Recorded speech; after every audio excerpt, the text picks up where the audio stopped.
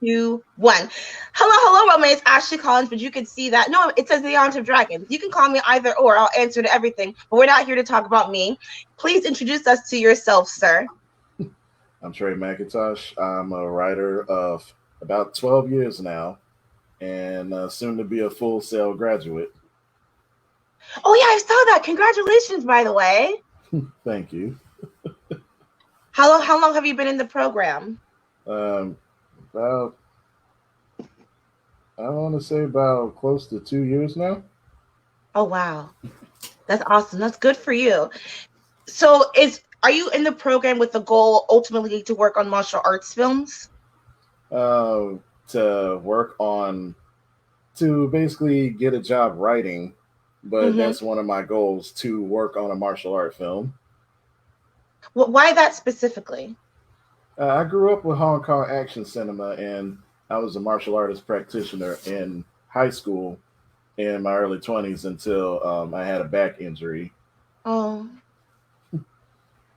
true. But my Is that why you passion is call still yourself a there. samurai?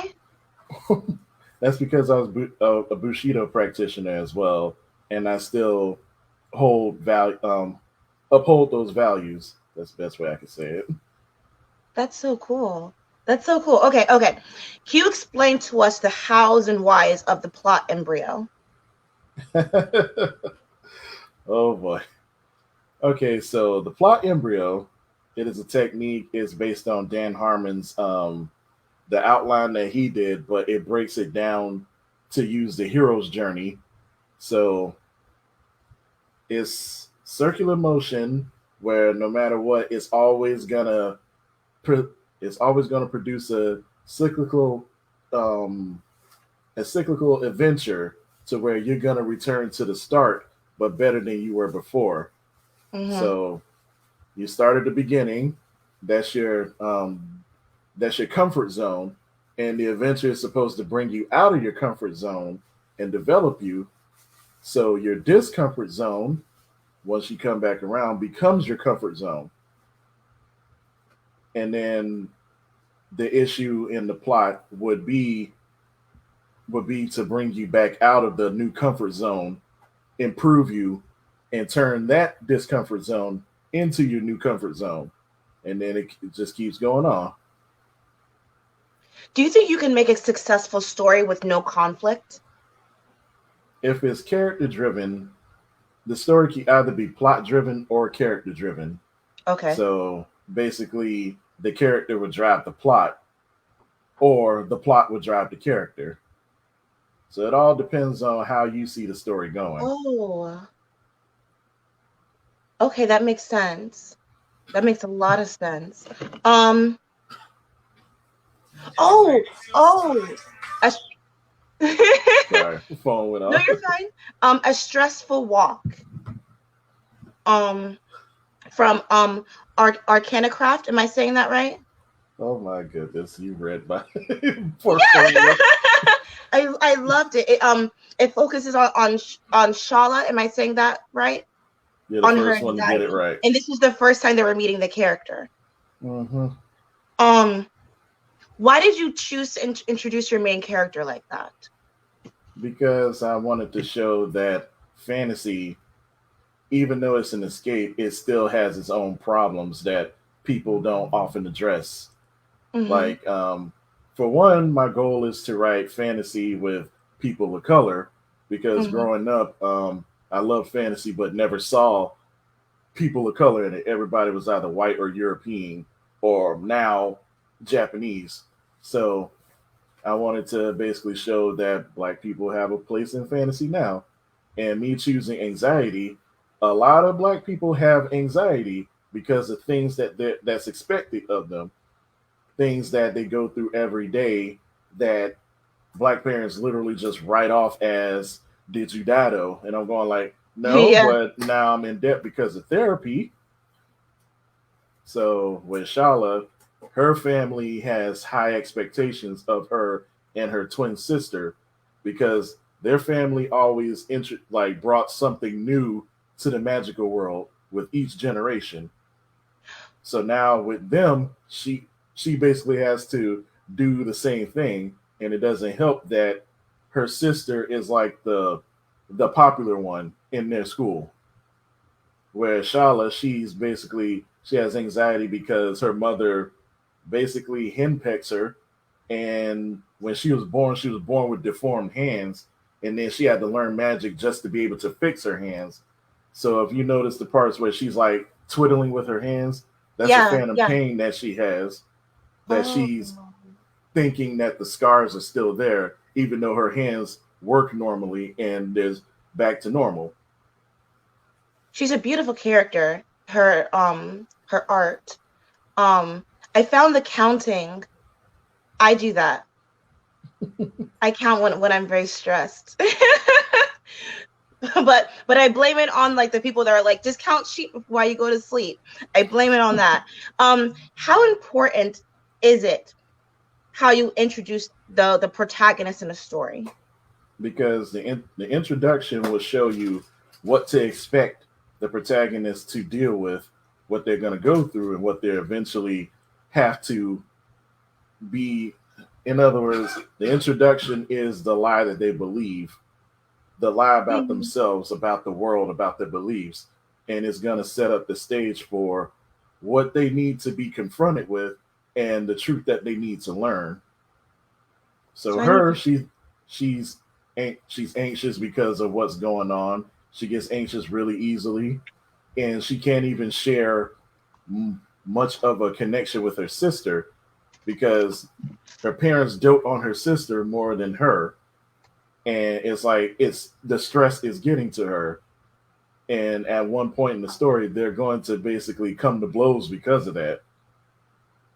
So it's a preview of what to expect, basically. That's why the introduction is important to any story or to any character. Um, you went to school before Full Sail, correct? No, obviously, like high school and stuff. You know, that was a stupid question. That wasn't the question. Um, what's something that you were taught that you were not taught in your art classes growing up that you had to learn the hard way when you as you were writing your books? Learn it for yourself because no one's going to sit there and teach you. You learn it as best as you can, get the basics, then make your own rules. Because with Full Sail, they were good teachers, but I already knew everything. That's how I got through it so fast. It was to a point where a teacher was asking me to help him run a lecture on storytelling No, you're because lying. he said I was teaching him things he didn't know. What? That's insane. Sometimes I think that I want to go back to that I want to go to grad school, but I'm like, I feel like I'd make the teacher mad. You know? Like, I considered doing getting a graduate degree in writing, but I said I'm gonna wait on that a little bit, see if I really need it. so let's talk a little bit about film. Why do you think the Green Lantern was bad? Or unless you thought it was good. Unless you thought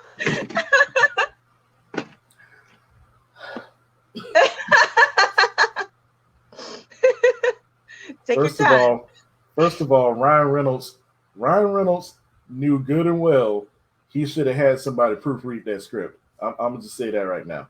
Mm-hmm. Green Lantern basically Hal Jordan was he was basically Ryan Reynolds. He was basically Ryan Reynolds trying to be a superhero.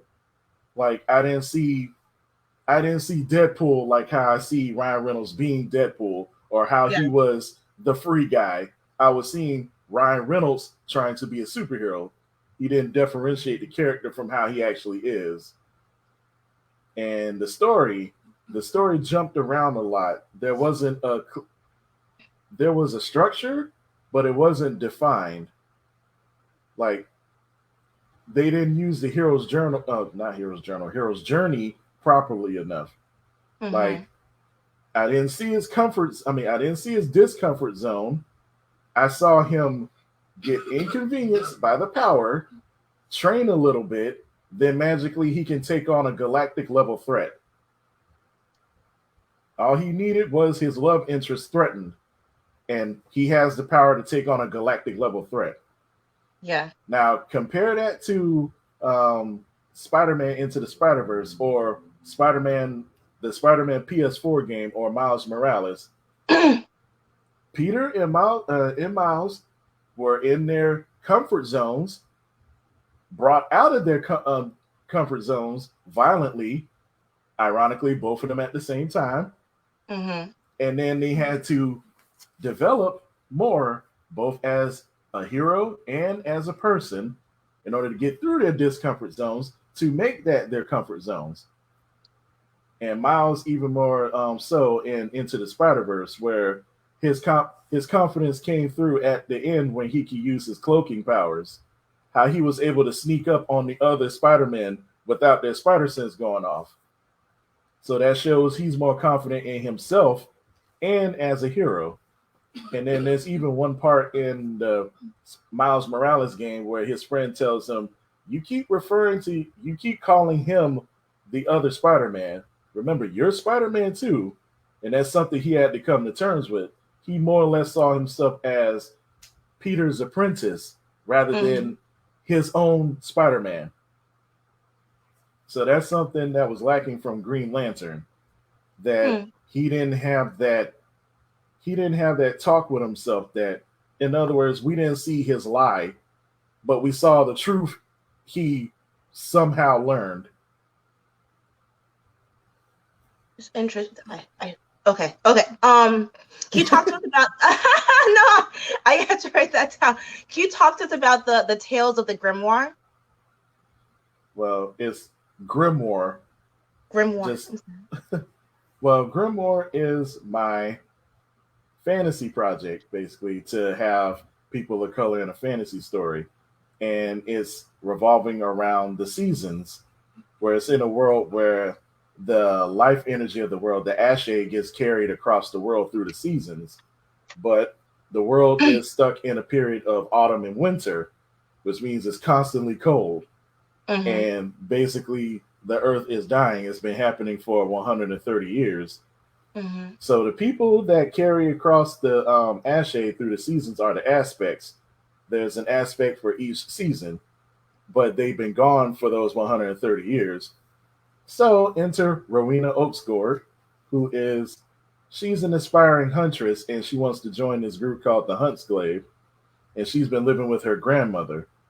And just one day, she has this leaf-shaped mark on her neck that burns. And then when she gets into a conflict with this organization that's basically like selling steam energy and forcing gentrification on people in order to build more steam engines to combat the cold, she snaps in a way, and she undergoes a transformation where she now has superpowers, basically, like magic she's never encountered before. And then her grandmother basically says, you're the aspect of autumn. It's like her grandmother was teaching her for when the time came, because it comes at different points in an aspect's life, but it responds to great stress and great need. So she becomes the aspect of autumn, and she has to meet up with the other three aspects so that they can do this process called the Great Ushering, which is them fixing the planet.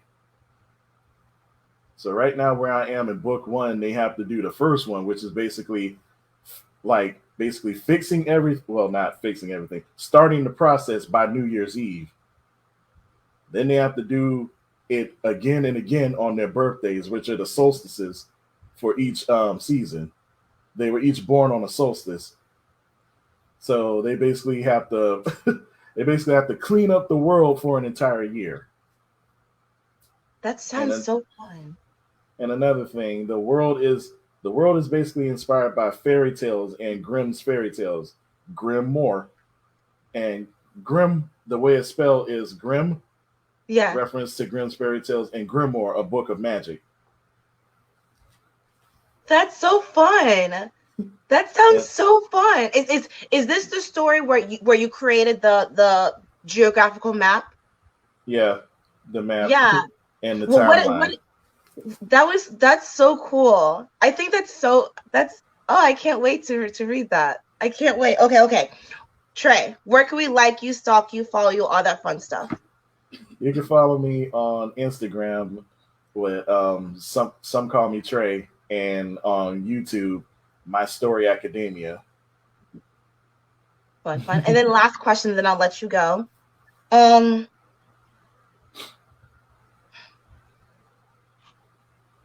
do you when you're creating characters, do you have to like your main character? It depends on what I'm trying to do with the story, really, because well, it that's pretty much it. It depends on what you're trying to accomplish with the story. If the character is supposed to be a hero or a tragic character, there's actually a plot embryo for that. Where as soon as they reach their discomfort zone, that's where everything goes downhill, and then they suffer their tragedy. So, Do you ever find it's hard to like separate yourself from the character? um, not really. It's I think in their head like what they would say in this instance because I hearken them to people I know or people I've encountered. So I just think, what would they say in this situation? I Mm-hmm. know that Rowena is very snarky. She's observant and snarky. So and she's quick to basically put you in your place. Like these people tried to take her weapons and she goes like, "You can try." Like in that blunt way that black people would say, "You can try." Yeah. So I basically have to convert vernacular of a black person into fantasy speak. Mm-hmm. So that's a lot of fun. It sounds like such a fun story. I cannot wait to read more of it. And Trey, it's been an absolute pleasure. Thank you so much for your time. And you enjoy the rest of your day, okay? Thank you so much for taking your time to talk to me. You as well. Have a good one. Bye. You too.